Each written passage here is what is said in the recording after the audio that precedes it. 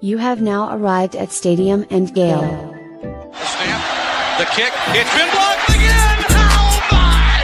It's been blocked again! He's going to heave one deep down the field. It's going to be to the goal line. It's going to be gone! It's a touchdown! And the Gators have won the game! Tyree Cleveland! Oh my! I can't believe what I just saw! Dropping back to throw, pops and fires the ball over the middle. It's Dory! It's Dory! Got a touchdown! Dory's got a touchdown! Oh man! Dory's got a touchdown! Hands it off to Harvin. He comes back. Say goodbye. Ahmad Black, in his final game as a Gator, takes it all the way home and sends Urban out a winner. You have now arrived at Stadium and Gale.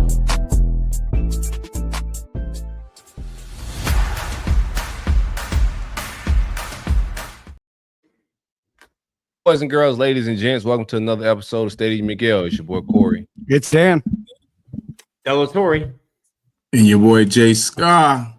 What up, 2-5? Yes, sir. What's good, y'all boys? How was y'all weekend, man? How's everything going? Happy 4th of July to everybody. Hope you guys had a good 4th of July. What'd everybody do? I chill, Anybody? man. Put 'em up. Say hello. Yo, what's up with it, man? This audio I had a little audio lag right there for a second, but I had a great 4th of July weekend, man. Went down to pick my daughter up from FIU. She's doing summer A, so it felt like it was like a real break. Like she's been going for a very long time, but she hasn't. So went down there and picked her up.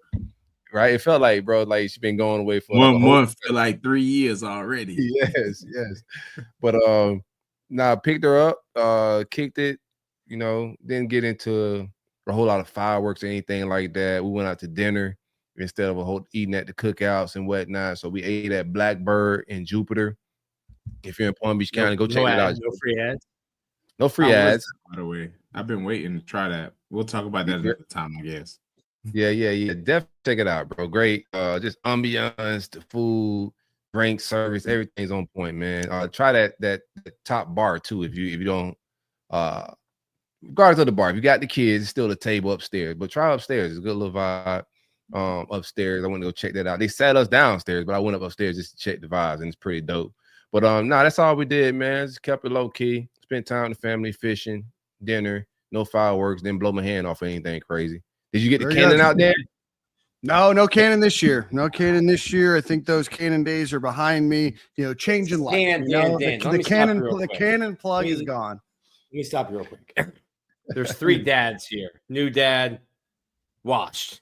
Right. 75% of the show is washed. We need to live vicariously through your mini cannon shenanigans on the 4th. If not for that, what could I possibly have to look forward to in my life? Good point. I will work on procuring a cannon for next year.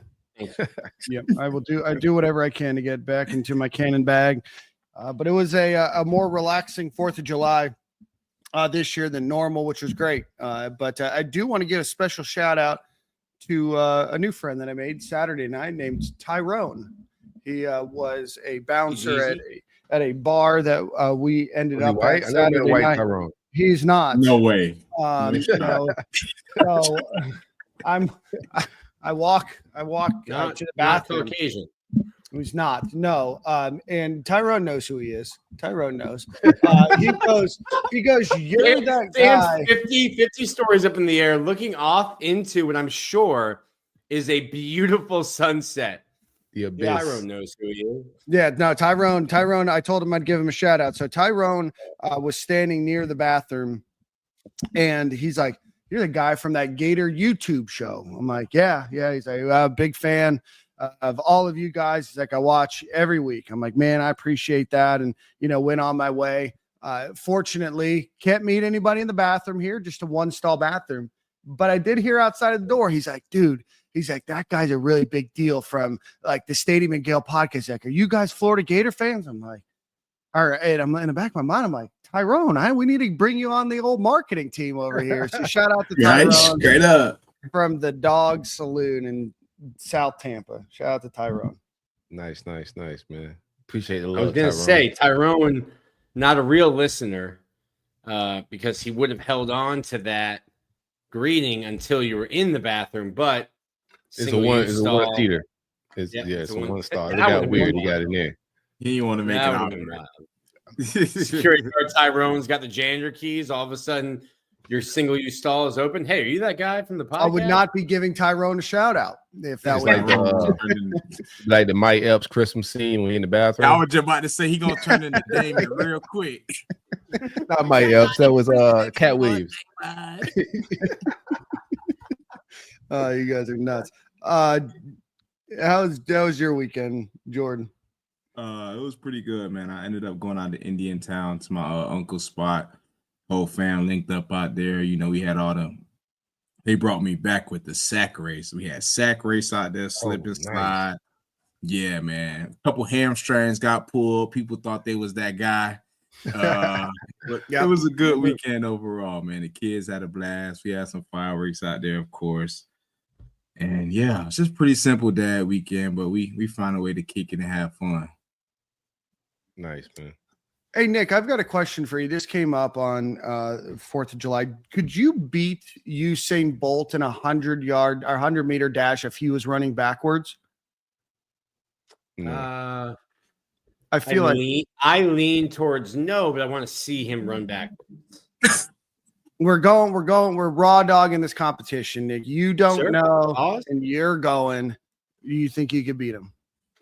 I would like to see what he looks like running backwards. I feel like there's an opportunity for him to trip, but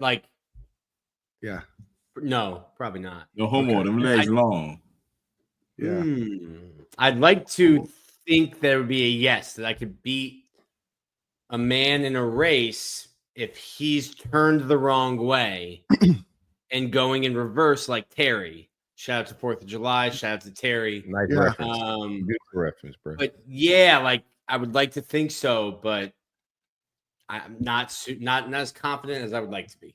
Okay. Your ego is talking, bro. You're not running Usain backwards, man. He's backwards, though. Like I got Dion beating you backwards with missing toes. No. I might beat Dion forwards right now. Dion can barely walk.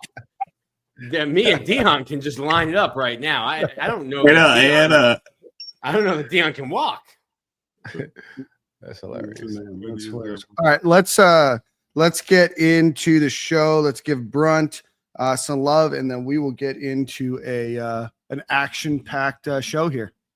Stadium and Gale is powered by the great folks at Brunt Insurance and Financial Services. Anything you need insured in the Southeast, but most importantly, from the Florida to the Keys, my man Greg can take care of you.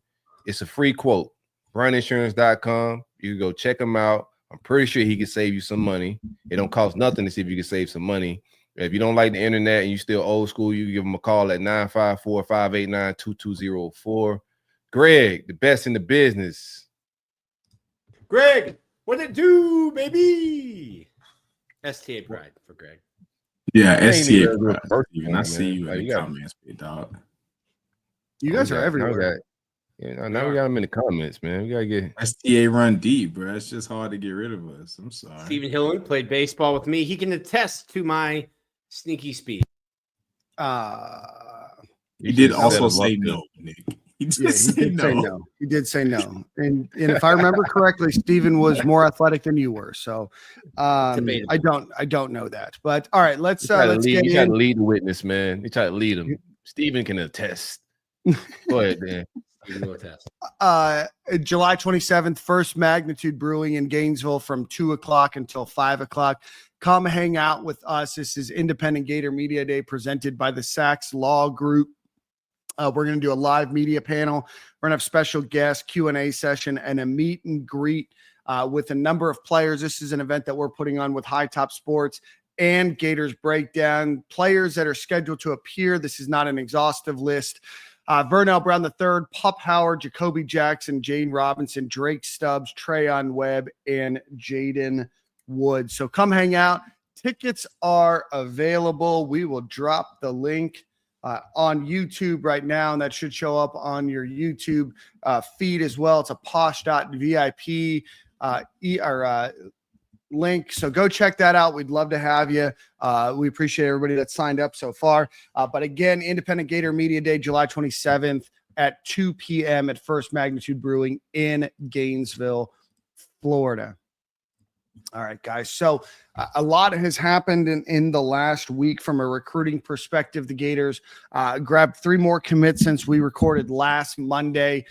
Kendall Guervil was the first to announce. He is a 4-star. He is ranked as the 134th best player in the country, the number 12 defensive lineman, and the number 14 player in Florida on the On3 industry rankings.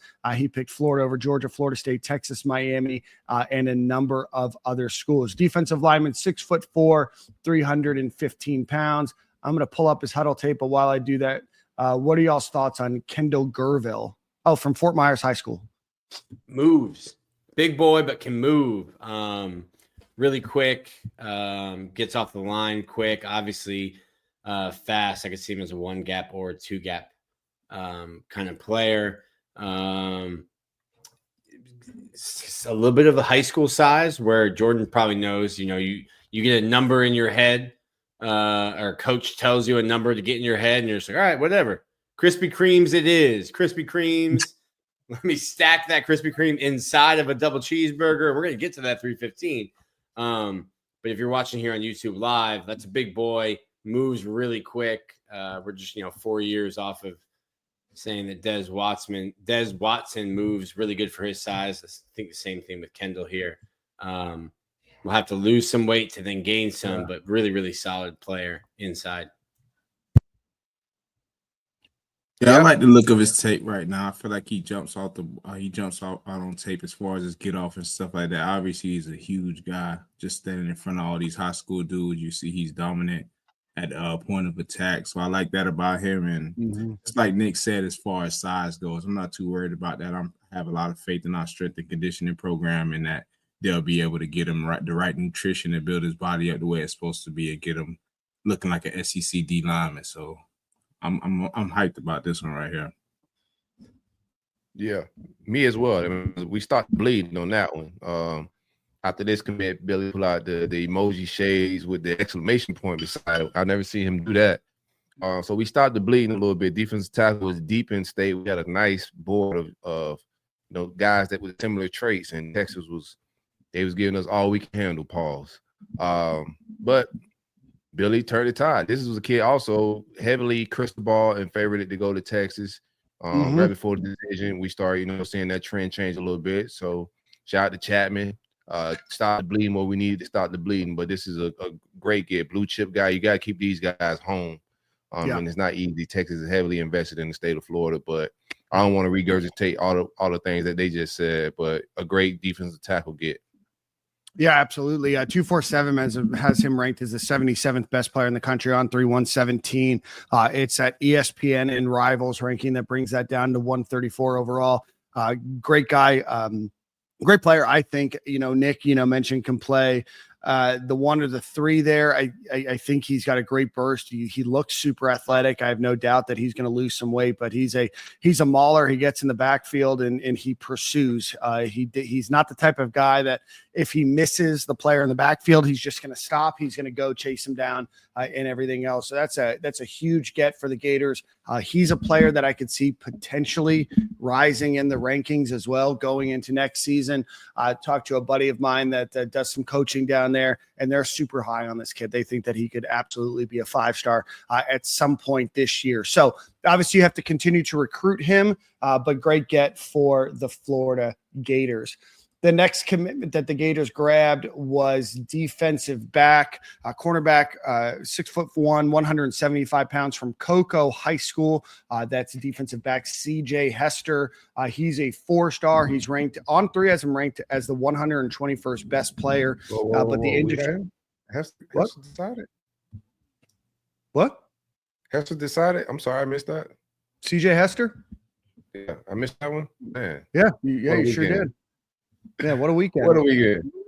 What a weekend for you. He committed on July the 3rd. So breaking news for Corey. CJ Hester commits to the Gators. Huge news. Whoa. I don't know how I That's missed iron, that, like mentally. an iron deficiency is how you missed that. We need to get some more iron in your Don't do diet. that, dog. No, I got plenty of iron in my life, bro. I don't know if you do do. that. Now you're a nutritionist all of a sudden, man. Yes. But from Cocoa High School, CJ Hester, the 269th player in the On3 industry rankings, which takes into consideration all four of the major sides, even though Rivals doesn't really exist anymore. But the number 24 cornerback and the number 39 player in the country. You go back to Cocoa. That's where CJ Gardner was from, right? That makes sense. Him and Wani What Taylor. am I talking about? I tweeted about this, bro. I was in this weekend was a blur, bro. Everything was a blur, man. Good times. It was a long weekend. For sure. 100%. What are your thoughts on CJ Hester, Corey, since you love him? Yeah, I think it's Coco's been good to us, man. Kid, just a football player, size, everything that they want at DB, bro. I think he's a guy that could play possibly all three DB spots. He could play corner, star, safety. I'm not sure exactly what they recruited him at, but I like him at all three spots. Athlete, bro. A football player, bro. We'll talk about the Lakeland kid, as you can see right there, like just ball skills on point. I think he can play off man or man. You'll see him play a little off man here, but an athlete, plays both sides of the ball at Cocoa. Was he the receiver or the DB there?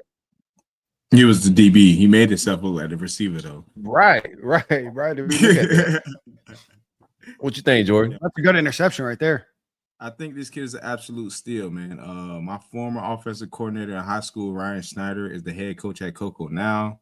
He actually told me that this kid is a really solid dude, smart kid. I think he has a really high GPA, above 4.0, I believe. Wow. It's like he's a leader, absolute stud. He compared him to Sam Bruce, not size-wise, but he's just saying as just an athlete, as far as he can do anything on the field and how much he loves football. When he was talking to me about him, he compared him to Sam Bruce and that like he loves ball, he wants to play all the time, and he'll play anywhere and do anything for the team. So I like that. I like this kid, and it's good to know that we got a kid with a good head on their shoulders. But like Coach Nate been doing a good job of that and bringing in good kids that got a good level head and just ready to play ball and ready to win some championships. Yeah, that last play was really good. Backpedal, flipped his hips, read the play, broke on the pass, broke it up. He closed fast, bro. You can just tell it's all natural too. It's not a hit, nothing that he can't really handle as far as it come on the football field. Who was your OC? Ryan Schneider at University School. He's a head coach for Cocoa now. He actually was a quarterback at UCF at one point. I don't know how many years ago, what class he was in at UCF, but he was a pretty well-known quarterback at UCF at his time and playing there. Ain't gonna lie, when I watch his tape, like the big gap, you can tell a lot of it just based off of projections, because I look at his tape and I look at CJ Bronard tape, and I don't know how they get that big gap outside of the track, speed and all that type of stuff, and other tracks that evaluate him high, maybe for the NFL, or like his ceiling's probably higher. But when you cut the tape on, like, this kid is just a natural DB, on ball, off ball. He can do it all, close, physicality and tackling. He looks like he's got great hips. I mean, I know this is a highlight film, right? So we got to always, exercise some caution that this is going to be probably 40 plays from an entire season, but he looks to have great hips, and he seems to know when the ball's in the air and be able to make a read and reaction very quickly. And his hands always seem to be up, making an impact, whether it's obviously, again, I know it's a highlight film, but that was good closing speed too. That's just instinct right there. I don't know what that wasn't even his assignment right there. Maybe everybody said maybe was cover 3 and he's supposed to drop back like that. No, I that didn't was even see 2. what the safety was doing. Okay, Yeah, that's that what was I was thinking. Yeah, this more look like a cover 3 right here. He just doing his job. Yeah. Looks like they live in cover 3, to be being honest. Most high schools do. Yeah, 3, 4. Man. Yeah. Simple stuff. So CJ Hester, commits to the Gators. Glad we can break that news for you, Corey, today. And finally, broke twice for me. Why just text me, bro? You celebrated that. I was like, oh my, I did. And finally, today the Gators go into Lakeland and land linebacker Malik Morris, 6'1", 225 pounds. Lakeland High School, the number 209 overall player on the On3 industry rankings, the number 13 linebacker in the country, and the number 30 player in the state of Florida. I'll tell you what, man. You know, we're going to talk a little bit about him, but linebacker recruiting for the last couple years has just been kind of exactly what you expect linebacker recruiting at the University of Florida to be. So I'll let you guys break down Malik Morris here while I pull up the huddle here. Yeah, I think it was a really solid get, man. I feel like I ain't trying to, like, you know, say like Lakeland is all hell or anything, but most dudes out of Lakeland are dogs, and they really are good at ball overall. So I feel like we got a really good get with this guy, 4-star commit. Really can't go wrong. He's real physical at the point of attack. And yeah, I feel like he's showing speed sideline to sideline. Like you really can't beat that. And he loves ball, and he wants to be on a winning type of team, and he has a winning mentality because he went to Lakeland. If Lakeland is like when I was there, PE magnet school, it looks like he's getting straight A's, 6'1", 225. But I think the thing that sticks out the most with him is probably his instincts. Just knows where to be, and then has the athletic ability, God-given ability to get there. But looking at a picture of this kid doesn't look like it doesn't even look like a freshman in college. Certainly doesn't look like he should be in high school. But he's physical, old school middle linebacker. Look at that green dog. Love that. Work, go find somewhere. Go blitz and set that quarterback. Probably had the running back manned up there. Running back stays in. He goes and hunt. I like to see that. Don't just sit there. And you don't even want to know if my coach used to call that when you just sitting there doing nothing. It's a PG show, so I'm gonna leave it at that. Don't sit there and do nothing. He doesn't still play running back, right? Call that the I love a linebacker that play running back. I love a linebacker that just play running back. He played running back and got some big runs for Lakeland. Actually, Ahmad put a clip out of his very first Lakeland practice tackling as a true freshman. He ran over some senior starting linebacker from the running back position, but very physical kid. I want to see what he looks like in shape. I'm not saying he's in terrible shape, but he's definitely heavy. So he's put on some weight right now. I think he missed spring ball because of some type of injury. So he's a little heavier than what Florida or any program would like. Look at that, bro. Like that running back. Like, give him a couple totes. Give him a couple totes, man. That's nuts, dude. I think. Go ahead, Dan. I was just gonna say I can't imagine being like some random Polk County school and you have to line up against this kid on both sides of the field. Nice. This looks like Jordan Scarlett's highlight tape. I ain't 6'1", 250. I ain't 6'1", 250 running. That shit's a little bit different. Okay, so legit moving, man. You're from another school and got to line up against somebody 6'1", 250 that probably just lined you up on defense. Now he about to tote the rock and probably run you over. Yeah. I'm forgetting so we played my junior year. I'm forgetting the name of the team we played down in Broward. There's a private school too, but they had this big running back. No, it wasn't. It was American Heritage Delray.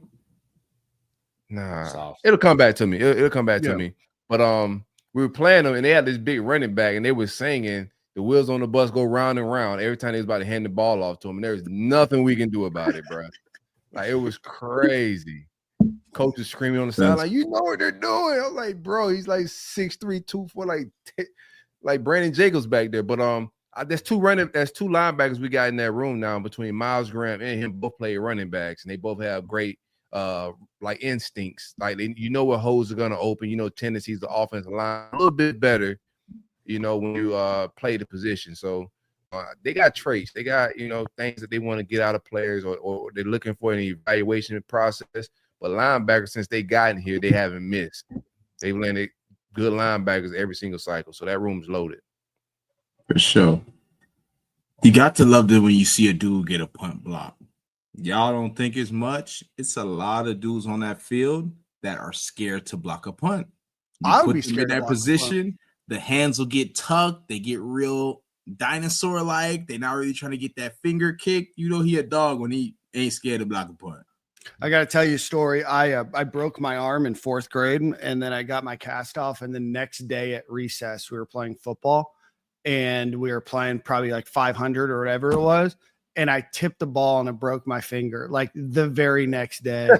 You know what I mean? Like and that was in 4th grade, right? You know what I mean? So I can't imagine running full speed, throwing your hands up in the air. And if my son came home the day after we take his cast off with a broke finger, bro, like, well, I gotta tell you a story. My mom told me this, so she wouldn't mind.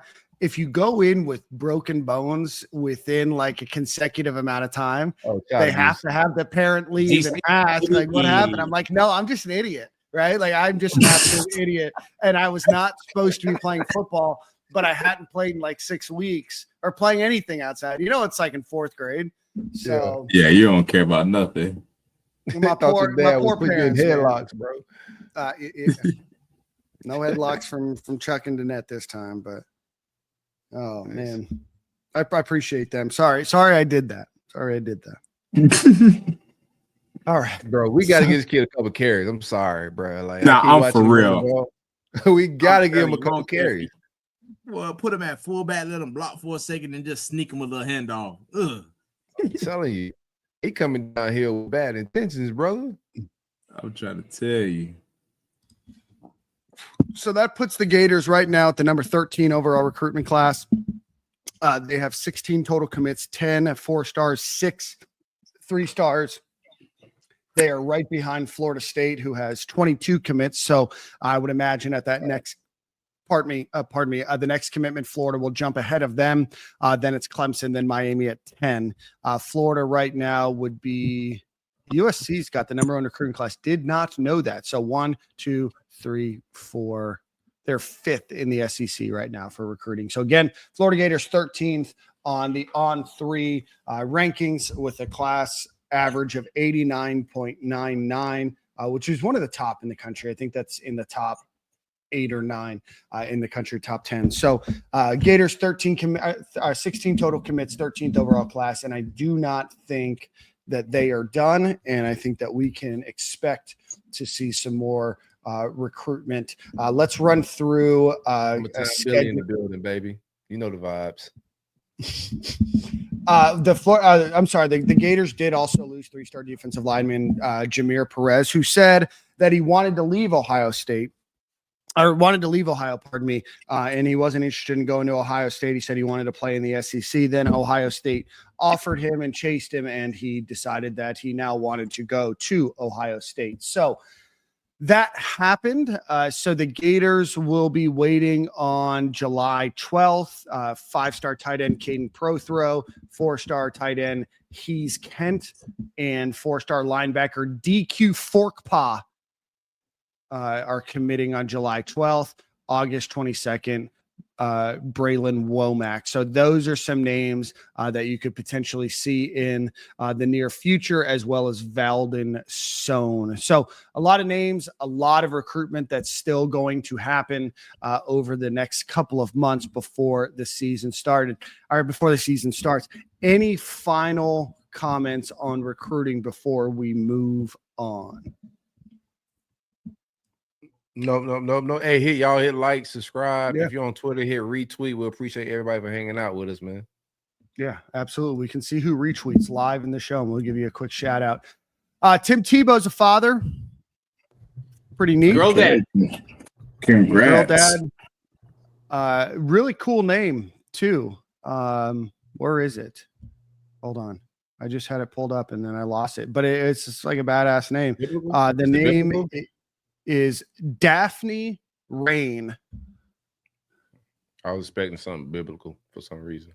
Yeah, no, I can see that. Listen, Tim is deep in the Bible. That Daphne Rain might have been mentioned somewhere in Ecclesiastes. I ain't Daphne Rain. Daphne is a biblical name. It is? I think Corey was looking more for an Esther. Yeah. You know, a Ruth, Mary, Ruth would have really hit. Magdalene. Where's Daphne in the Bible? I'm like, listen. I don't know. I'm just saying, as much as Tim has read it, like I would not be surprised if Tim was like, actually, she is. Beautiful name, by the way. Congrats. Yeah, I got you. Congrats, Tim. Beautiful name. You know, Genesis 11 verses 1-9 in the story of the Tower of Babel. Okay. Yeah. So shout out to Coral Baptist Church, now Church by the Glades, for that education years ago that had that that just Googled it. Yeah, no, Google. I knew it was in the Bible before. I just didn't remember. I just know the name Daphne. Anyway, we don't need to get into the religious talk today. So congratulations to Tim Tebow and Miss Universe Demi, I think is her name. Yeah, Demi is her name. Demi and Daphne. He really doesn't seem to be missing at any part of his life right now. So congratulations to Tim Tebow. Well deserved. Congratulations. All right, let's get into a quick ad read. Let's go visit our friends over at Home Field Apparel. Use promo code Stadium and Gale at checkout. Had a friend of mine the other day tell me he's not a Florida fan. He's a fan of a school that exists out west. But he used our promo code so that he could get a discount, and we appreciate that. So go visit homefieldapparel.com. Use promo code Stadium and Gale. Over 100 different colleges and the Indianapolis Colts. They've got the baseball starter or the baseball pullover. They got the starter jacket. They've got the corduroy hat. They've got all sorts of shirts. I think they have 6 pages worth of Gator stuff. So go check out homefieldapparel.com. Use promo code Stadium and Gale, all one word, at checkout. Ben Shelton today advanced at Wimbledon. So he's had quarterfinals. I made some money on Ben Shelton the other day. So I appreciate that. And that's crazy. Isn't like tennis a sport where if you're elite like that, you don't even go to college? I think there's a lot of young players that don't go. So like for a player to go from college to, I think he's top 10 in the ATP now. It wouldn't surprise me. He's done really well. His dad was the head coach of the Gators tennis team. He left to go be Ben's full-time coach as well. So Ben Shelton is number 10 overall in the ATP. That's awesome, man. That's awesome. Well, congratulations to him, and best of luck in the quarterfinal round in Wimbledon. All right, Nick, I'm pulling up. You got the chance to play. Real quick. That's I don't know if you mentioned Kevin Ford. I didn't. Feel good there. Feel real good there. Built Ford tough. He is in top 100 type. You get right there, brother. Yeah, Kevin Ford, KJ Ford, Duncanville High School, Duncanville, Texas. Prayers to those in Kerrville, Texas. 93. He's ranked 93 on 247 in the composite. He's a 116th overall player in the country, number 15 edge, the number 17 player in Texas. He's looking between Florida, Ohio State, Texas A&M as the final. He visited Florida on June 6th. So that commitment is this week. If the Gators can grab him, just another elite grab by the Florida Gators on the defensive trenches there. Nick, you got the chance to play the new NCAA video game that came out today for work purposes. How was it? Played it too. It's lit. Spent a lot of time in the I have not played a game yet. Just spent a lot of time in the menus. Very good. A menu merchant. 100% menu merchant. Florida's roster is sort of in shambles. No Lagonza Hayward. No Drake Stubbs. Some random ass people who are not on the roster. Okay. Why aren't they on it? I'm out of the video game loop. You've got to sign into it. So like, who would be somebody like Muiz? Muiz wasn't able to because Texas doesn't have NIL deals. Muiz didn't get to campus until June. So that's after the time for him to sign in. It's like Moise Tonkara is not in the game because he couldn't be. I don't know why Drake or Laganza aren't, because they were here in the spring, but they do roster updates throughout the year. So I would expect those guys to be added at some point. Month and a half, 2 months range, they update the roster. Yeah, they'll probably do one more update before the season, like before the actual college football season starts. And then they pretty regularly do them. At least once a month. Half, 6 weeks. Yeah. Like 6 weeks, they'll come out with a new update. She got to update, rejuve, and then it'll be updated roster, whether it's injuries or whatever the case may be, roster moves like that, depth chart moves and all that stuff, rating changes and all that. But yeah, I played the game today. I loved it. You know, I had to go in there with my Gator boys and hop in that quick play. I'm 2-1 on the quick play. Me and DJ Lagway not playing. I only lost one game because I had to quit and go to work, y'all. So so that's not really a loss.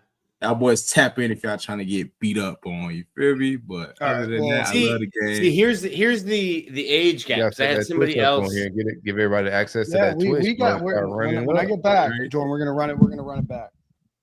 So here's the thing with me. I won't include that, Jordan, but I've had a couple people be like, "Hey, what's the gamer tag? Let's run games." And I'm like, 36 years old. My beef is not with you. My beef is with the computer. And if I need to, we'll put some sliders up. We'll throw it down on freshmen. The computer's catching these hands. We're going to feel good about ourselves. I'm not trying to go online and get beat and have some 14-year-old talking crap talking mess to me online. Can't have that happen. They've been all day.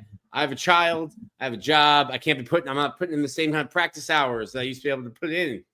No, that was my excuse the other day, bro. Like Harlem, he tricks me into playing Madden. It was raining, so bro, he like comes with this innocent face. Dad, you want to play Madden with me? I'm like, all right, man, sure. Like all you hear is like, Dad, do you want to spend quality time with me? Yeah. I'm like, I feel bad, man. You don't have a little brother. I had a brother to play when it was a year apart. So I was like, yeah, let's go in here. I always forget. Bro, as soon as we get in there, he gets up like 20 zip. And he just started talking greasy.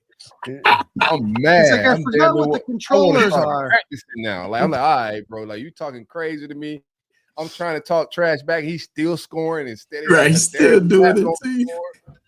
I'm like, man, this game cheating. Like, that whole like, nah, bro, I can't do it, bro. Because I used to be really good at video games. But like you said, once you have a family, bro, that shit's out the window, man. Yeah, you definitely lose your touch. Don't let me hype. You'll see as you get older. Like, be patient. Be patient. Now it's still it's levels to this. Like I'm part-time sweaty. Like I come on here 9-10 o'clock and get on the game after a long day for like 2-3 hours and I'm done. These boys be on it from as soon as they brush their teeth. They on that video game. I ain't that good.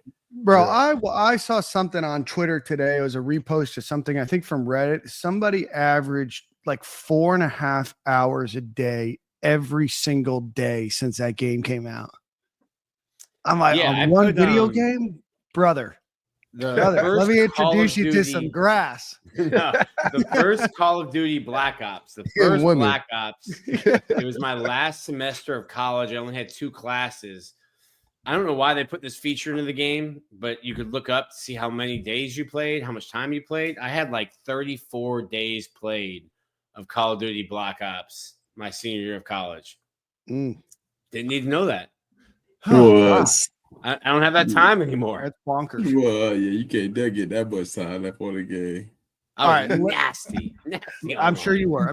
The fans are here to figure out what everybody's ranking is. Yeah, we got a lot to talk about today. So just want to run through the top players. Jake Slaughter, 92 overall, the highest ranked Gator on the team. Caleb Banks, 90. Lagway, 90. He's the 11th rated quarterback in the country. I'm reading Nick's FloridaVictorious.com article, so go check that out for more information. Then Sapp is a 90. Barber's an 89. Eugene Wilson, 89. Jadan Baugh's an 86. Nick, did you say he was the 18th best running back in the SEC in this game? Yes. Stupid. Yeah, he would be 4th string at both Texas schools. Interesting. Oh. J. Mike, 85. Rod Kearney, 85. Jordan Castell, 85.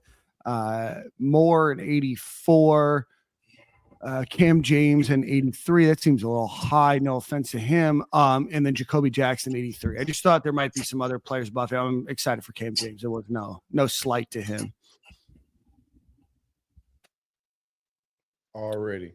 Yep. Eugene Wilson, 6th best player in the SEC for receiver. Tate Hawkins is the 2nd fastest receiver in the game at 97. Aiden Mizell at 96, right behind. So go check out Nick's article on Florida Victorious if you are interested in gaming. FloridaVictorious.com and NCAA 26. I think you could buy there's like an early release that came out today, maybe like a deluxe version. And I think the non-deluxe version comes out in a couple days. Yeah, Jordan spent that deluxe money. I spent that little $100, and they got a good 100 out of me. Well, 130 because I bought that in the Madden. Both of them 130. See, I haven't played. Must be nice. Just knew I'm going to buy this economy, Jordan. It's how the other half lives, Dan. If you gonna buy the Madden in 2 months for $70, I was just about to spend $100 just for NCAA alone, just to play it today. So why not add an extra $34 and get Madden? Yeah. Yeah, we have to go to the mall. I got a 30% off coupon. You know what I mean? We have to go. I get it. Maybe that's why I'm divorced. All right, guys, let's get into running back talk. So the Gators boast the 18th best running back in the SEC, according to EA Sports. But I think the Gators have one of the deepest running back rooms in the country. So I do want to break that down with you guys. Talk to me a little bit about overall, and then we're going to go kind of player by player. I want to hear Jordan lead with this, man. Yeah. You got an expert witness here, man. Yeah, I'll take off. Let me just exist from the snap to the handoff here, Jordan. Yeah, man. I think just to summarize it up first before I get into detail, I think we have a really deep and young room. Obviously, we got Jacoby Jackson, who's a little bit on the older side, but he's obviously not even a starter. Well, borderline starter, kind of 1-2 punch kind of deal. But we have a very young room with a lot of different skill sets. We got some power backs, we got some receiving backs, we got a dude that can do both. I feel like you really can't go wrong. So overall, just to summarize it up, I feel like I love the spot that we're in because we have a lot of talent in the room. We don't have to have like the feature back kind of deal to where we're beating up on one guy, making him the bell cow, and then we got to kind of rely on him when it gets deep in the game. We can keep fresh legs. When the defense is tired, we got fresh legs coming in. I honestly have faith in at least 4 of them as of now. I haven't seen other ones really play at SEC level yet and been in real game time when it's really flying, but I can honestly give you a good 4 that I'm confident in and playing the game and starting the game for me. So just looking at that, I feel pretty good at where we're at the running back spot, but not getting into too much depth into it yet, but that's just how I overall feel about it. Okay. Nick. Yeah, I'd really like what Jordan said. I think you have a lot of depth. You have a lot of pieces that I think complement each other as well. Like Jadan Baugh can make you miss, but he can also run through you. I think the same thing with Jacoby. Jacoby also last year was just a magnet for the end zone when he got his shot. Trayon Webb coming back from his injury. You got Duke Clark, Katie Daniels, Chad Gasper. It's just a super deep room. Someone's going to have to be like the odd man out in that room. I know Corey was calling for more KD last year, maybe some more this year, but like you're taking carries away from somebody to get him on the field. So it'll be interesting to see how it shakes out. Obviously, I think we've seen the way that they rotate running backs. You're going to get, whether you like it or not, you might get some of that. Baugh gets the first series, Jackson gets the second, Webb gets the third. You're going to get some of that. You might not see Jadan Baugh until the 4th series again after you've seen that first one, especially these first 2. Especially these first 2 weeks. I would certainly hope so against the fierce, storied Sharks of Long Island in week 1 that you would get some other guys in there that Jadan Baugh's not carrying the ball much in the third quarter and beyond. Yeah, I'm with I mean, you see, we all know it's a loaded room, so I don't want to regurgitate a lot of what y'all said, but like it's a very talented room from top to bottom.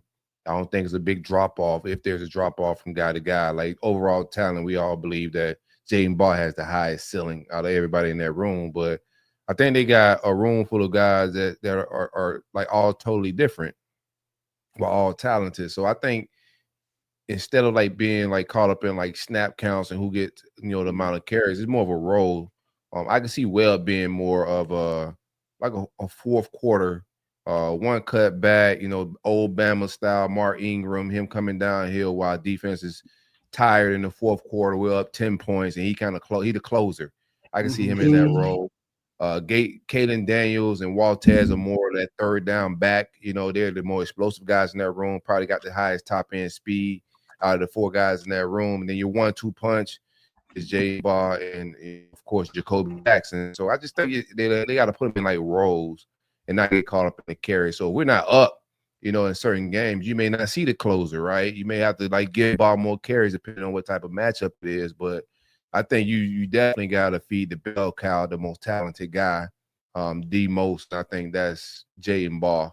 But I think the carries between him and Jacoby are going to be somewhat even. After that, you know, like I said, for me, it's just roles, what they play in the offense, man. Yeah.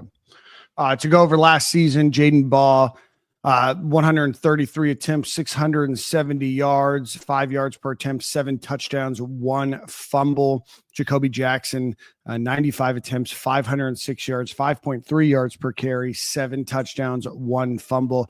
Obviously, Montreal Johnson has left. He had 591 yards on 100 attempts, 5.9 yards per carry, 6 touchdowns, and 1 fumble. So you're going to replace that. Trayon Webb, obviously injured most of last season, just 21 total attempts, 93 yards, 4.4 yards, 1 touchdown. And then Caden Daniels, who you saw more than anything in that Tulane game, 11 attempts, 52 yards, 47 yards, including a beautiful touchdown run against Tulane. I do think obviously Jadan Baugh and Jacoby Jackson are going to be your 2 bell cows. I am very curious to see how they do split their role or split their reps. I think Jadan Baugh, I think Corey, you mentioned, has maybe a higher ceiling.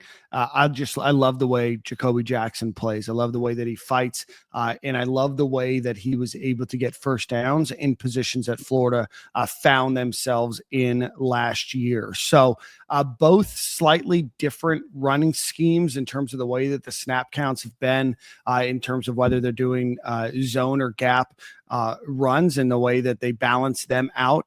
Jacoby Jackson was used far much more in a gap scheme than he was in zone blocking than Jadan Baugh was. So be curious to see how these numbers ultimately shake out. I'm going to put my hot take out there. I think that Jacoby Jackson has a slightly better season than Jadan Baugh this season. Both are going to do great, I think. I like it. I like that. I honestly feel like we need to kind of use all this talent to our advantage. I feel like we have a wide variety of running backs that can do a lot of things. Obviously, you got some power backs that can still manage to catch out the backfield, which I like. So maybe if Baugh is seen as the receiving back and KD is seen as a receiving back, let's throw Jacoby Jackson in there and get him a screen. Because usually when he's in there, he's probably in there for short yardage runs and blocking on third down. They're not expecting him to run a slip screen or anything like that. So I feel like if the offensive coordinator can take his mind and realize to try to manipulate defenses and making them think that they got their upper hand on us and knowing who's in and what they're going to do, I feel like we can use that to our advantage just based upon the skill set we got in the running back room. I feel like everybody can do just about everything. Some do it better than others, obviously. But I feel like overall, like I said, especially the top 4, I feel like I feel comfortable with any of those guys rolling in. If somebody was to get hurt, God forbid, them boys can roll it and it won't be that much of a drop-off, in my opinion. Joy, what do you think makes this run game effective? Like, I know it's pistol, but what about the running backs and the pistol offense? You know, every year, you know, a lot of the passing schemes we don't like, and maybe some of the, route concepts we don't like with Billy offense, but we all love the running game. What makes this effective run game in your opinion? For us, I gotta first just give my boys a shout out, man. I think the offensive line, you gotta credit them first. I feel like they do a very great job of opening up holes and making everything right for you. And also the offensive line trusting in the running backs into, like, let's just say it's outside zone to the right. You trying to reach block them to get to the right. You may not have gotten there, but Jadan Baugh gonna make you right. If you ain't get to reach him and he on your inside leverage, Jadan Baugh gonna dip in there and then get to the outside kind of deal. You feel me? I feel like from the offensive line to the running backs, they've built that rapport with each other so much to where they're comfortable in knowing, okay, I know he didn't reach him here, but I'm going to bait him up just to, you feel me, make my offensive lineman right. And I feel like they're really working off each other. That's what's made our run game been so successful. Obviously, on top of the ability for DJ Lagway to run. I know he didn't run much last year due to his injury, but just the thought of it had teams scared because that's every defense's worst nightmare when you got a quarterback that can run the ball as well. So putting that on top of a great offensive line, on top of running backs that got great vision, it's honestly a hard thing to stop. So that's just how I feel about it and how I feel like our run game has been so successful. What would you prefer to run out of I formation, pistol, or shotgun? I would say shotgun just to kind of spread it out. I feel like we have so much talent at the receiver position. Kind of having the ability to spread the defense out and run on a light box has always been good for me. And like, especially that we have dominant offensive linemen. Like, there's no need to bring a tight end in to just bring extra dudes in the box. Let's spread it out. Let's do our RPO gang. Let's make them boys pick. If you want to be in the box, we're gonna give a bubble screen to Dallas Wilson. You want to play outside? Now we're going to hand it off to a light box and let them work off an inside zone or a power play, something like that, something to where we're getting up to the safety level fast. I feel like our dudes are going to have the ability to make it to the second level real fast this season, just based off the talent we got in the backfield and the experience we bring it back on the offensive line. Who do you guys go ahead, Nick? Shout out to and rest in peace to Eduardo Wilson. He got his character changed in EA college football. Yeah, I saw that. Oh, Billy Napier? No, Dallas Wilson. They had him look like Wilson. A real Chico. Oh, sorry, my bad. My bad. His teammates started calling him Eduardo. Yeah, and you get back a redshirt senior left tackle, a redshirt senior All-American center, a left guard that started all last year, a right guard that started all last year, Bryce Lovett most likely at right tackle. You bring back a ton of snaps, a ton of starts. And then what you lack, like Jordan mentioned it, Dallas Wilson, but what you lack in experience, because outside of Eugene Wilson, there's not a ton of experience at receiver. You have a ton of talent, young talent, and a lot of speed and space out there. But I think it starts up front. Jordan, the running back, always tipping his hat to his offensive line. But I think if you look at Florida's offensive line, as long as you get that same kind of Damian George you got last year at right guard, we went from throwing him out of the stadium when he was at right tackle to being like, okay, maybe just sliding inside is a little bit better there for him. And then Rod Kearney, where does Rod fit in? He's a guy who I'd love to see play and compete, continue to push Damian George at right guard. Yeah. It's just a really talented front five for Florida. And then you've got running backs that you can kind of rotate and keep fresh throughout a game. And then the big X factor will be DJ Lagway and what kind of mobility does he have? Can he show? How much can you work in the RPO? Because when you start, like Jordan said, the hardest thing to do is defend a running quarterback or a quarterback who can throw the way he does and then can run. Now you're playing 11 hats on 11 hats, and you love that as a running back. You're not having to worry about the Mike linebacker and making somebody miss 2 yards deep just to get back to the line of scrimmage. Is this our deepest running back room ever? I don't know. I don't know about ever. Like you might be able to go back and ever. You had literally, Jeff Demps, an Olympic sprinter with Chris Rainey, and who was that when they were freshmen? And Emmanuel Moody. I'm just saying, got two good guys. I know our running back room have two good guys at a time, but like I feel comfortable if we go 4 or 5 deep. Yeah, for sure. I think 5 deep might be a stretch. I can do 4. Give or take one of them freshmen. I mean, I think that's. We skipped the entire Jim McElwain era because those running backs weren't at this caliber. Is that what you're saying? Yeah, we had good rooms then. Yeah, now you're just making things up to create controversy. Like 4 guys, bro. I feel good about this entire room. I mean, how you're 4. Your 5th deep is probably what the freshmen, because they would go with Webb as like at the end of the day, Webb and KD are the next up after the starting 2. And then you got Waltez Clark, like a guy that I feel good about if we got to get him carries. I feel good about Billy freshman running backs. You feel me? He's showing that track record. But I think this is one of our deep rooms where we can go 4 deep of experienced guys I think could go eat and be productive, not no iffies. Emmanuel Moody was a crime in hindsight 2020. Such a nice guy too. I had hopes so high for that guy. Like the lies I told about, we couldn't get a regular running back at that time. I don't want to get into that. Fortunately, rabbit hole, Twitter wasn't around back then. I mean, I guess it theoretically would have been cooking Urban. Yeah, he was only getting like munchkin speedsters. That's the only thing we were landing, bruh. We couldn't get no traditional backs, but we missed out on CJ Spiller.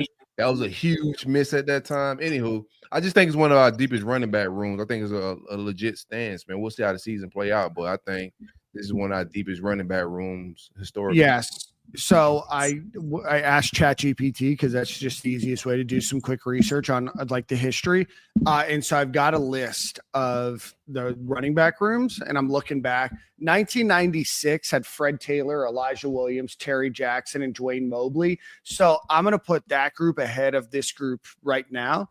But I do think that since then, you now have the opportunity where you have 4 guys that we know. Now, there's still some things that are unproven about Trayon Webb, and certainly things that are unproven about KD Daniels. And then you look at Chad Gasper and, Waltez Clark, and, you hope that you don't need them much this year.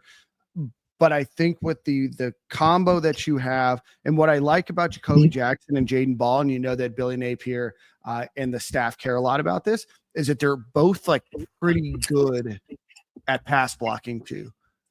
Like they'll throw their bodies, they'll make the necessary pass block, that maybe the Gators haven't had. And that's something that we know is important to Billy Napier.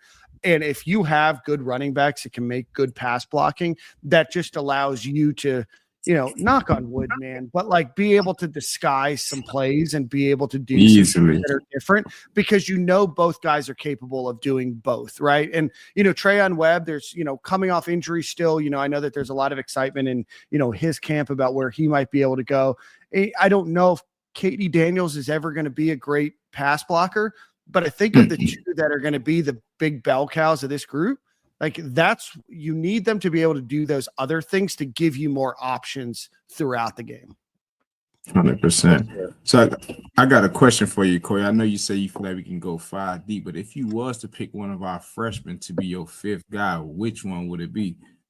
Waltez. I think Waltez is just like KD Daniels. Like, it's a part of Billy's offense that's been frustrating me, where he flanked that running back out versus nickel or dime DB in the SEC, bro. Like, most running backs not finna win that battle, but I think Waltez Clark could run the entire route tree. And he's the size and everything to run it out of the backfield. So I like the way he looked in the spring game. He didn't look like a freshman in that game, and he was playing the veteran defense of some sort. So I feel good about Waltez being ready. One of my what ifs is like watching how these guys evaluate, and I didn't really blink an eye at it at the time. I didn't think it was a big deal, but I look back on Cam Carroll's injury, like they evaluated the running back position so well. I wonder what he would have been had he got that crazy injury, bro. Now that I look back on it, because these guys don't really miss that running back. No, they really don't. I agree with you. Go ahead. Yeah, Waltez Clark played Plant High School there in South Tampa, played against a lot of great talent. So, he's a proven guy. Chad Gasper, Nick, is he practicing yet? I know he was injured for much of his senior year. Do we know if he's I don't recall the spring. He is working out though.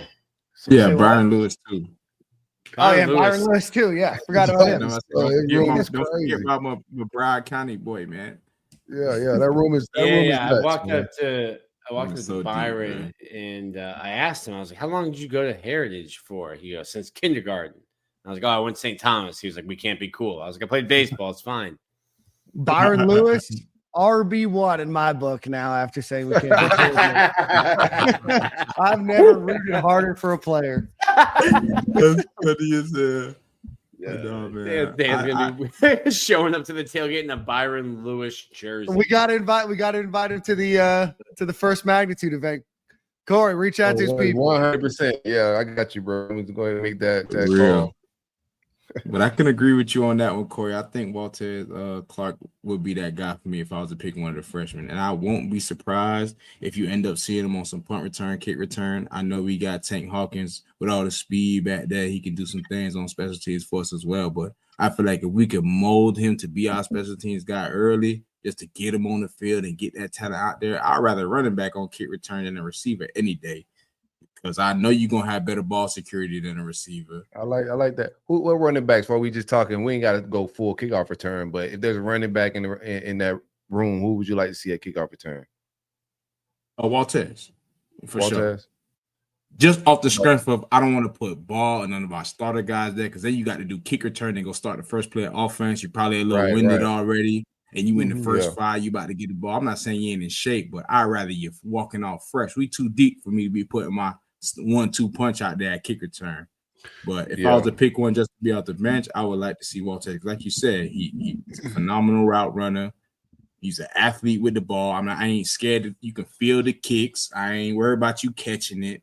You got the speed to do it. You got the vision to do it. You got the ball security to do it. So I wouldn't be mad at that. I wouldn't be surprised if we using all of our running backs on special teams as far as just blocking goes and just anything. Like, I wouldn't be surprised. I know you said Chad is kind of hurt right now, but in the spring, Jadan Baugh was back there.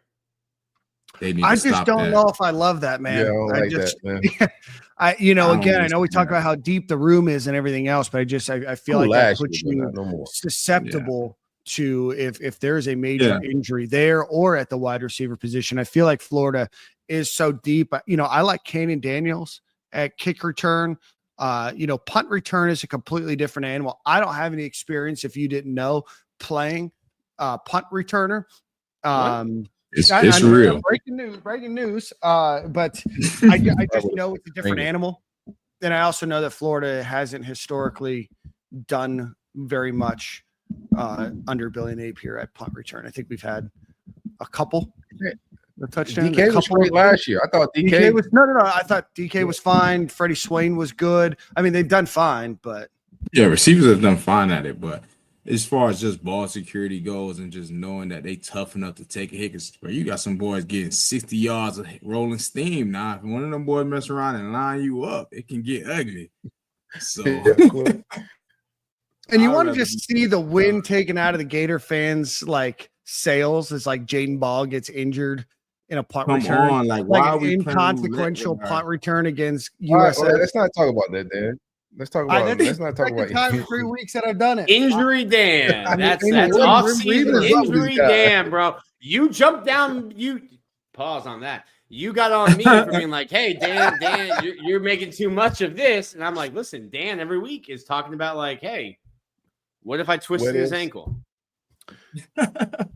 You got to talk about reality sometimes. Brother, man, if Florida can make through this entire season, which is something that I'm hopeful for, without a single injury, then I will happily donate $10,000 to your favorite charity, Nick. And you, Corey, $10,000 each. If Jadan Baugh doesn't get hurt, No. I said if a single player doesn't get hurt, because you don't want to talk about reality, you want to talk about fantasy land. What I'm bringing up is just an example of a player in a situation that historically, once or twice a season, a player does suffer an injury.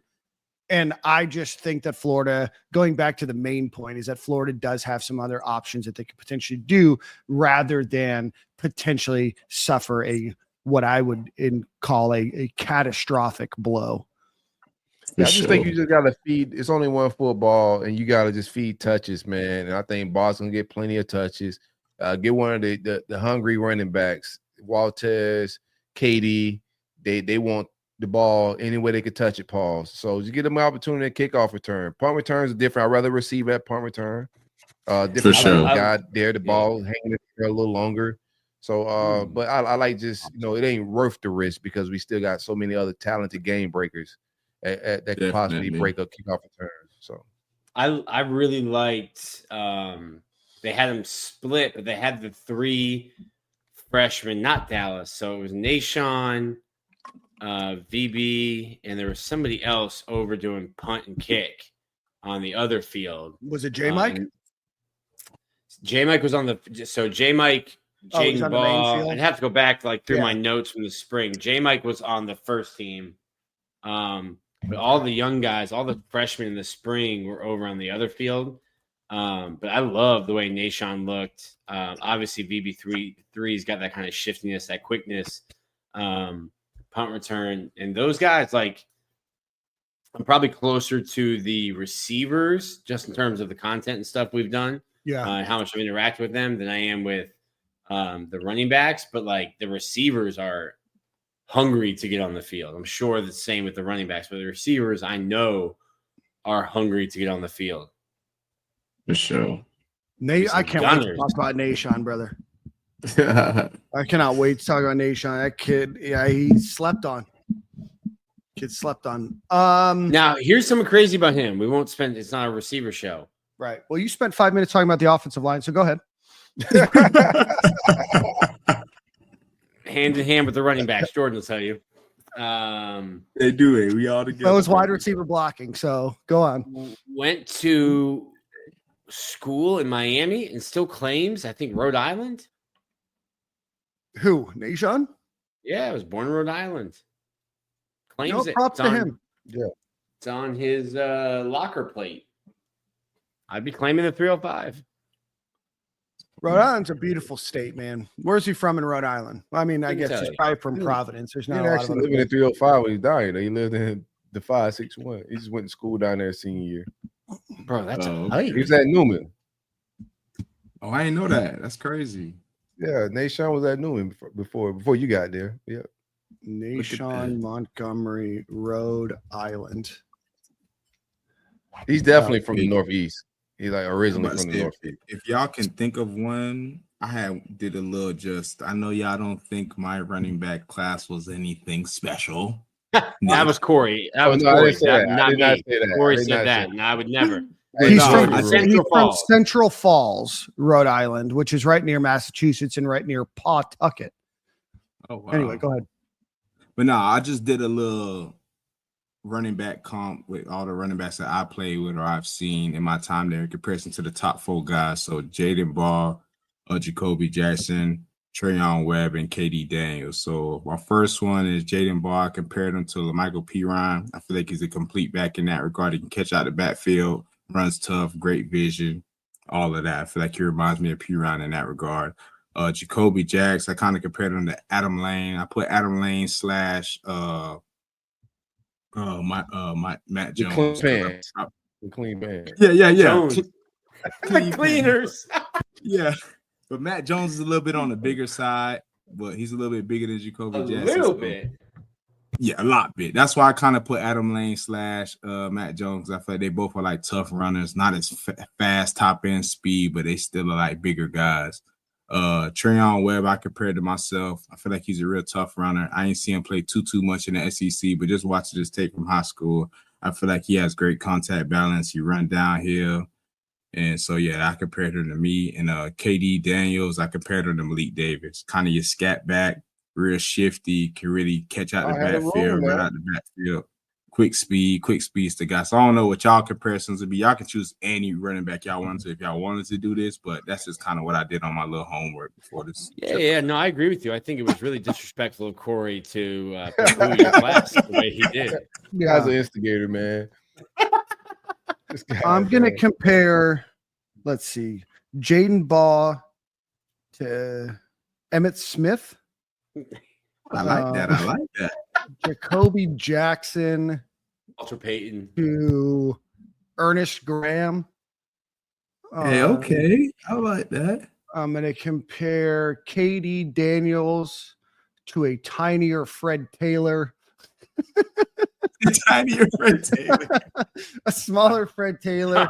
You call him Polly Pocket Fred Taylor? I will compare Trayon Webb to a theatric face on. C4. I like it. We switching it up. It's a joke, guys. I'm not comparing. I know.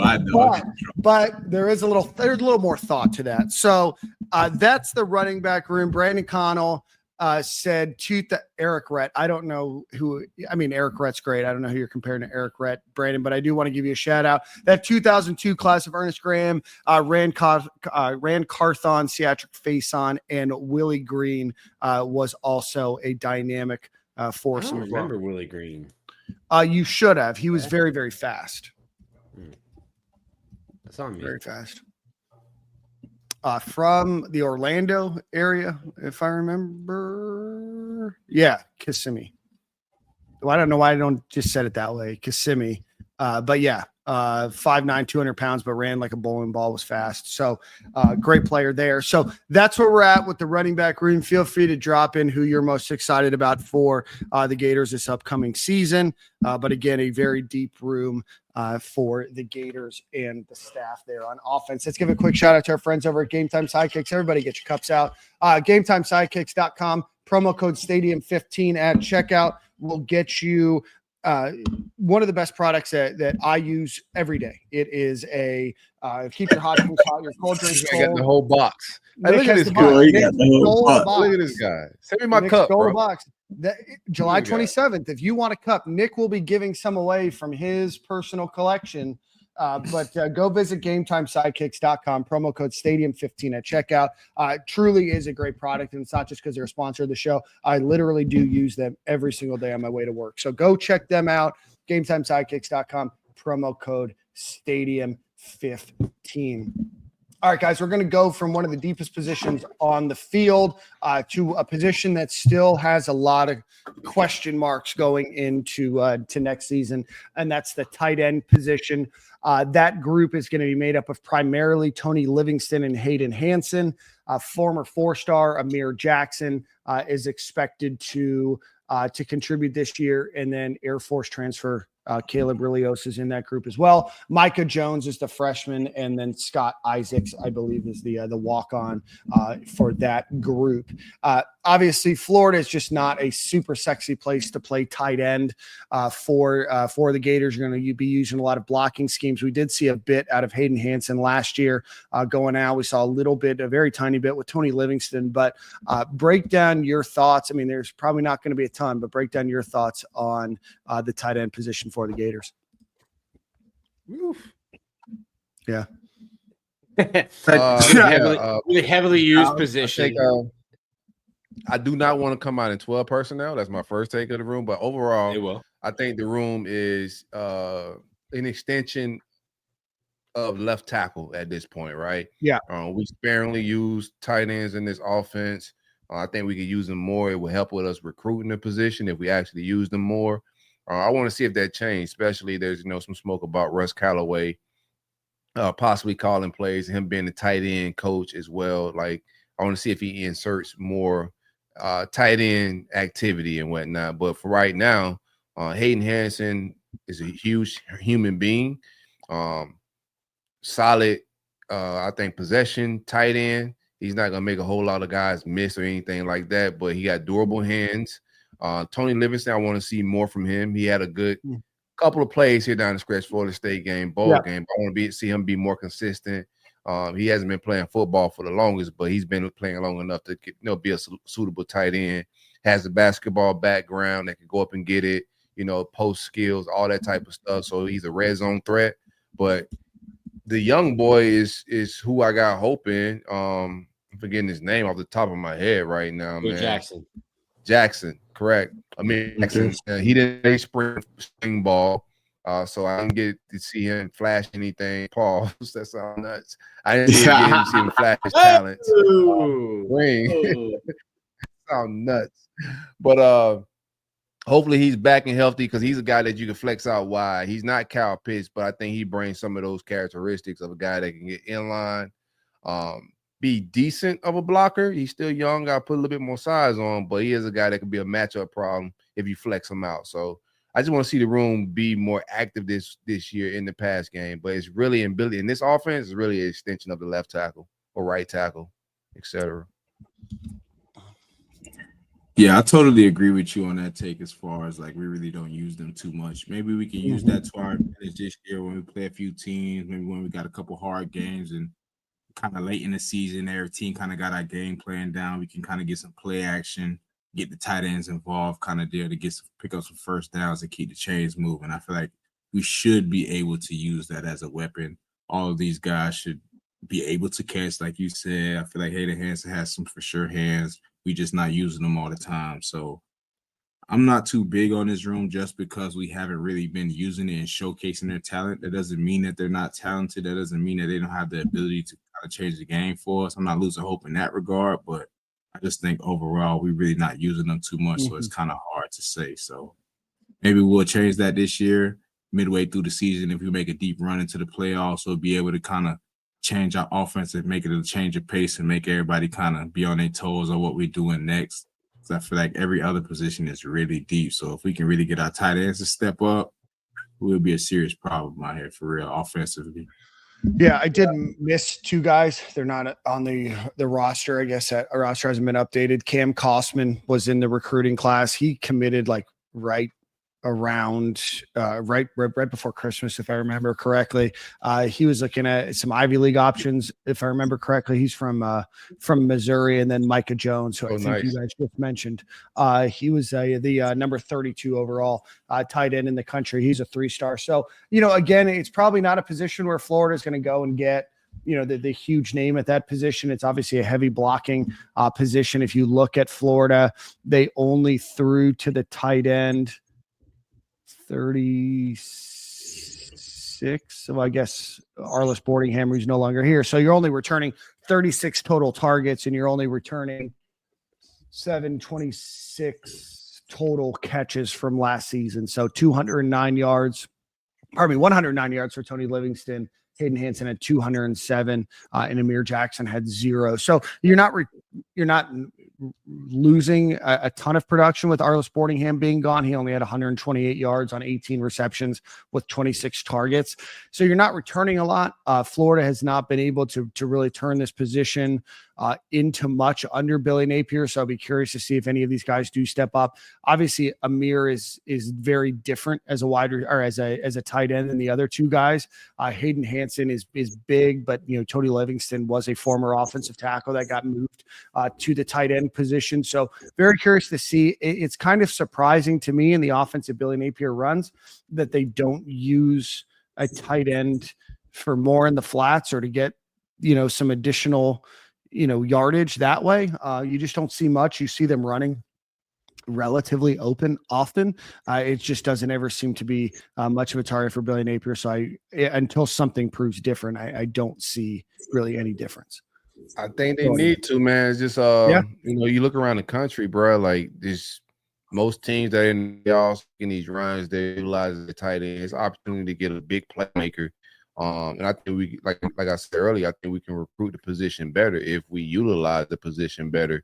It'll help us on the trail, but it's an opportunity to get a big guy that's like when we face Georgia, man, they got these 6'6" robots that are just, running 4.40s, and it's a bad matchup for your linebacker, your DB.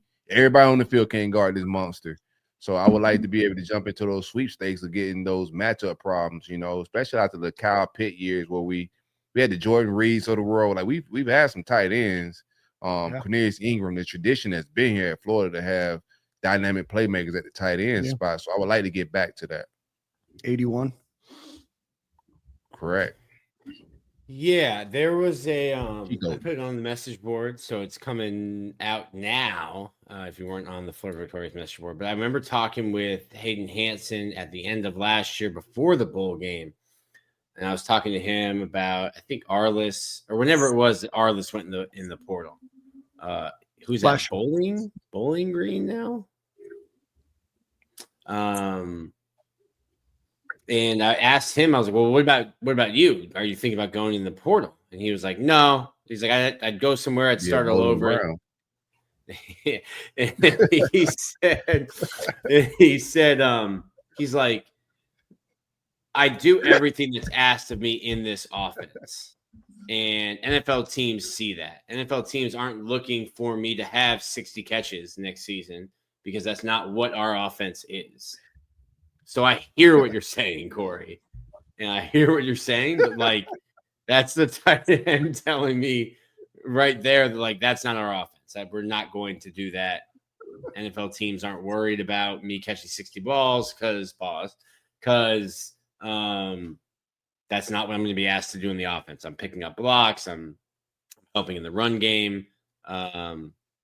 It's just what it is. I'm not saying you're wrong.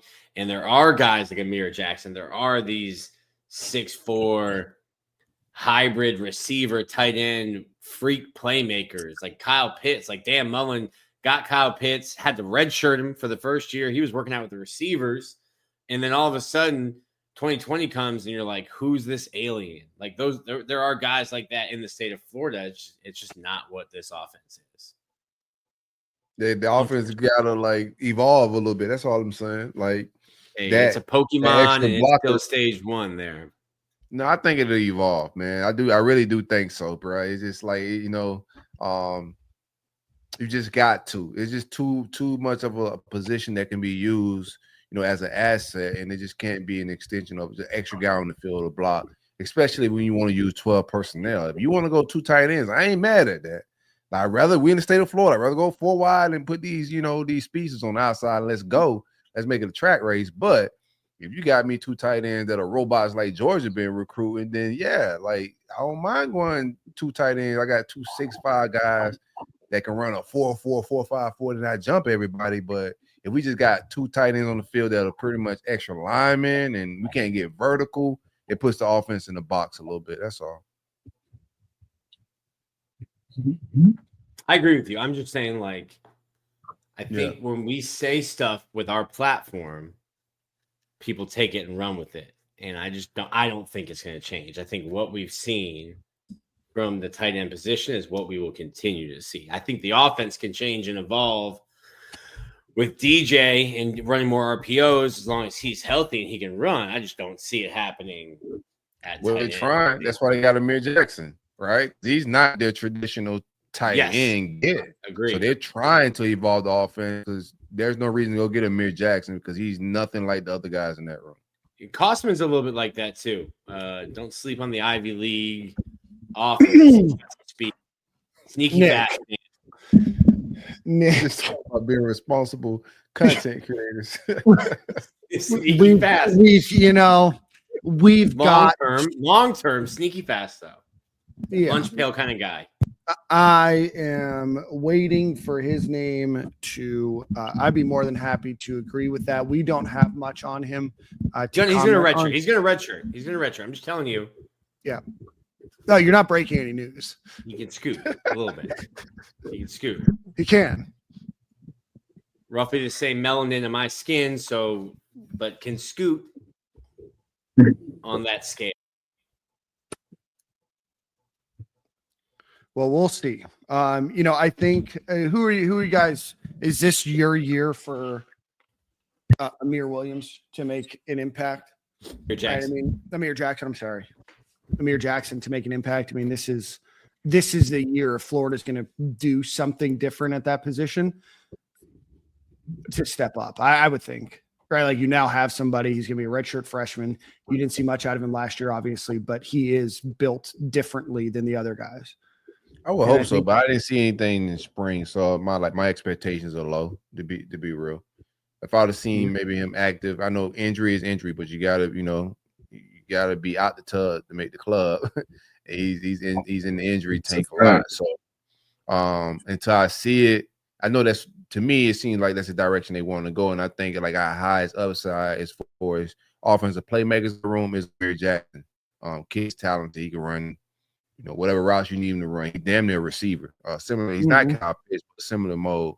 But him missing spring was a blow to my expectations. So they're very minimum, to be honest with you. Yeah, and he was literally hurt first practice. Practice, I watched it happen, and I was like, dog, no. That's tough. Don't be serious. You're okay. And then, like, very modified, limited the rest of spring. I don't love that. Yeah. Man. It's good now. Watch him work out now, but, like, Jordan will tell you, it's just like you don't want to get hurt unless you're like I remember watching spring Dominic Easley's first or last year. And Muschamp was just, obviously being a defensive guy, Muschamp was like, hey, get that first rep in every defensive tackle drill we do, and then get off. Then get off my field. Relax your behind. Get away. Because I think he was coming off an ACL too. And there's like, listen, get your one rep and then get out of here. But yeah, Amir Jackson's a talent. He's come a long way in his blocking, still not what they want as a blocker. But flex him out. Yeah, use him in the play action, man. Get him involved in some play action passes. Let him block a little bit just so defenses don't think every time he's out there is play action pass. Let him get a run play and run away from him if he's that bad at blocking. I don't care. But you got to kind of mix it up into a defense. We're not so predictable on offense, and we got to kind of use that to our advantage if we can. No doubt. Yeah, that's where we're at. All right, perfect. So there you are, running back and tight end room. Nick, we are running a little bit short on time tonight, but I do want to go over baseball. Had a lot of commitments recently to rebuild their roster going into next year, so I want you to cover those here in a second. Jordan, you're going to have Song of the Week, so think about that coming up. But finally, want to give one final shout-out to our friends over at Alumni Hall. Go visit alumnihall.com. Go tell them the friends at Stadium and Gale sent you. They are doing 2 shirts for $30 right now. So go check them out. They're in Gainesville on Archer Road, or you can visit them at alumnihall.com. Again, that's alumnihall.com in Gainesville on Archer Road, or alumnihall.com. Nick, give us the update on basketball, or on baseball, sorry. Baseball, yes. So Florida, they missed out on the guy, the kid I really wanted, Carson Tinney, catcher from Notre Dame. I think his on-base percentage was nearly 500 last year. Don't get that much from a catcher, double-digit home run kind of guy. But baseball does go out and get their shortstop, kid from Columbia, Sam Miller. You get a third baseman in Ethan Surowiec. Not sure how to pronounce that one yet. But another kid who can really hit the ball. I think you solidify your infield with Surowiec, Miller, Cade Curlin coming back off of his shoulder injury, and then Brendan Lawson, who is absolutely torching baseballs up in the Cape right now. Florida's gotten a really good signing class. We get the Major League Baseball draft next week. So a couple guys that I think we need to be on the lookout for are Jake Clemente. If you can get him slipping past maybe the 8th round, you get Jake back to come and pitch out of the bullpen for you for 2026. I keep getting thrown off. Baseball's 2026 next season. And then also Luke Heyman. I think Luke Heyman should go. Just seems to be like slept on by major league teams. Wasn't invited to the combine, which is crazy to me. I know he was injured. Broke his arm against Alabama when he was hit by a pitch. But like MLB teams have their doctors at the combine, and they would want to get him checked out, knees, arm, shoulder, everything checked out. So it was weird that he wasn't invited to that. Makes me hope, probably not. But as I always am, Dan, optimistic and positive, trying to put it into the universe that Luke Heyman comes back to Florida. That'd be exceptional if he does. And then the two guys in the signing class, really two guys that you need to look out for. Aaron Watson, right-handed pitcher. He was committed to Virginia. Music singer Aaron Watson? No. Different, maybe related. We'll have to ask super producer Dan. I don't think so. Right-handed pitcher Aaron Watson was a Virginia commit. Their coach left. He flipped. Top 3 round potential if he's top 3 rounds. Crazier things have happened. Brady Singer was a 2nd round pick, came to school. Carson Whitson was a 9th overall pick, came to school. Don't expect him to get to campus, but would be awesome if he did. And then Jordan Yost, if the name sounds familiar, that's because his brother plays outfield for Florida, Hayden Yost. So younger brother, middle infielder. I say middle infielder, but you can throw him at third base as well. Was a kid who, prior to the spring, prior to his senior year of high school, had him sharpied in as getting to campus, kind of blew up in the spring. Right now, I think he's the 50th overall prospect, according to MLB.com. Getting Miller's commitment was like a great safety blanket, a great security net, safety net. If you don't get Yost to campus, but if you can get Jordan Yost to campus, that's going to be your shortstop probably of the future. Florida's going to be good. They're always going to be good. They were good last year, even when the sky was falling. They got much better when I was in the hospital. So that was fun to not have to write about. I had to write about the worst start in Kevin O'Sullivan's tenure. But they're going to be good. Again, there's a lot to watch. So the draft is next week. It's always right around the same time as the All-Star game. It's how many rounds? 10? And there used to be like 3,000. I think there's more than 10. There used to be enough rounds that Jeff Driscoll and Felipe Franks got drafted. Right. Now there's less. The way that it works is every team gets a pool of money that they can use, and that's for the first 10. I think there's like 20 rounds, maybe 15 to 20 rounds, something like that. But once you get out of that pool money, then there's like a hard cap on what guys can be offered. And that's when you get guys. So like last year, Colby Shelton, once he's not a top 3 round pick, Florida Victorious and his NIL package can probably be more than what a team could offer him after that. Yeah, I need more than 5 minutes to explain the MLB draft and that, but those are the 4 names to watch: Clemente, Watson, Yost, Heyman. Going 1 for 4, getting one of those 4 back next year would be great. Anything more than that is exceptional. Okay. J5 still alive. I love it. All right, man. Well, we're gonna get out of here. Thanks everybody for watching. If you're watching on YouTube, hit the like button, hit the subscribe button. We appreciate everybody for watching. Remember the event on July 27th. Yes. Oh, no. I know we've got some announcements. Hold on. I know we got. So go visit us on the 27th. Us High Top Sports and Gators breakdown with a number of current Florida Gators and hopefully a few alumni as well. So again, that is going to be at posh.vip. You can find that on all of our social media as well as in the YouTube comment section here as well. Do want to announce Asa Turner got approved for his 7th year to be able to play this year. He's been around the program, so expectation is he'll probably still be on the team going into next year. And then Nick, do you want to do the other final 2? I like that, by the way. Like, I know, like, there's a lot of takes about him. He left early last year, but our room gets really young after the first 2 guys. Like, you got Jordan Castell, you got Thornton, starting safeties. But if something happened to one of the guys, not a full Dan, and go injury, something happens to one of those guys, you put a freshman right away, right? So I like Asa to be able to come in, from a maturity standpoint in that room for sure. Yeah. And teaching and coaching and all of that goes on outside of the film room. Go ahead, Nick. 2 birthdays. 2 national champion birthdays. Todd Golden and Tommy Hawk share a birthday, July 7th. 10. I'm out to send that boy a gift, man. I ain't gonna lie to you. That's my nephew, man. We might have to do some a collab here. Tommy Hawk, I just learned, loves fishing.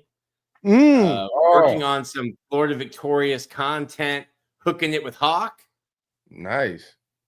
Interview series. Tommy out on the boat. That's maybe nice. Maybe get Harlem up on the boat. Maybe have Harlem interview. There you go. I actually seen speaking of Amir was doing some bass fishing when they had their little week break, bro. I was checking out his Instagram, bro. So that would be fire content. I think it's from Georgia. Amir, yeah. Yeah, Georgia boy, man. Well, that brings us to the end of the show. Happy birthday to Todd Golden and Tommy Hawk. We appreciate everybody for watching. Thank you so much. We will see you at the same song corner. Of the week. Song of the week. Song of the week. Jordan has to do song of the week. I'm Drake. What did I miss? He's throwing crazy shots on there. He's going at LeBron. He's going at Kendrick. He's going at everybody. So y'all boys. Why? Like, what did he not learn? Yeah, he starts off the song being like, "I don't care if you like me." Like, yes, you do. Yes, well, that's why you do care. That's why you said that you don't. You know what I mean? Exactly. You certainly care. You made an entire. First off, you did an Australian tour while Kendrick paraded over your court. Go ahead. No, you're right. You're right, Jordan. We should. Is this the one where he talks about Florida Gator? Yes. Yeah. About the ass being natty like a Florida Gator. I got to hear it because I don't. Yeah. He's basically trying to, he tried to let it die down. He's not going at Kendrick anymore. He's going at all the people that were supporting Kendrick. And he's like, y'all used to be with me, but he going against me and y'all with him. That's how it goes, right? They're gonna get on the side of the winner, bro.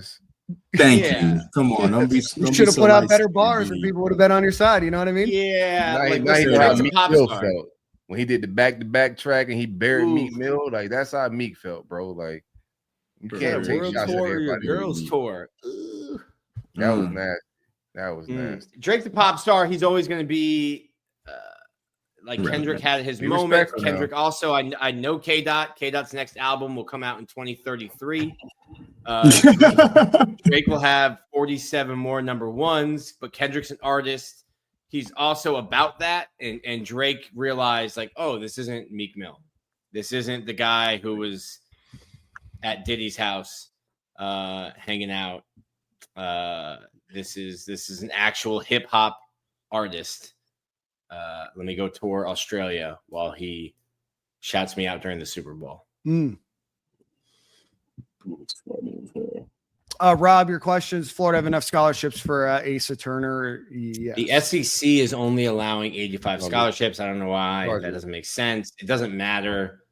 It doesn't matter. They'll be at 85 scholarships. The roster limit is 104. So you'll have those walk-ons. He can be a walk-on. They'll figure it out. Yeah, he will be. Tuition though. Like, listen, I kid. Let's get out of here. We'll figure it out. Stop asking questions. Make people. No, Rob, you can ask questions. We appreciate Rob for being a subscriber to this show. Thanks everybody so much. We'll see you same corner, same time next week. Peace.